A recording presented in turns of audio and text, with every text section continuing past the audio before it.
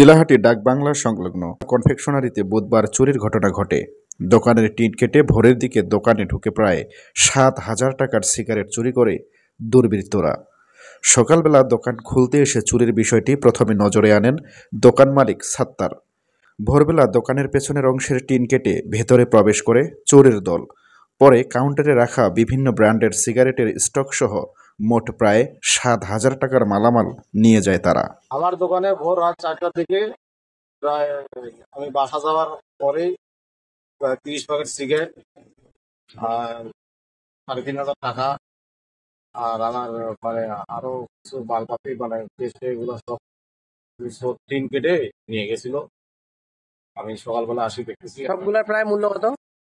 সবগুলা প্রায় মূল্য হবে 7,000 টাকার মতো। News text, Chilahati web.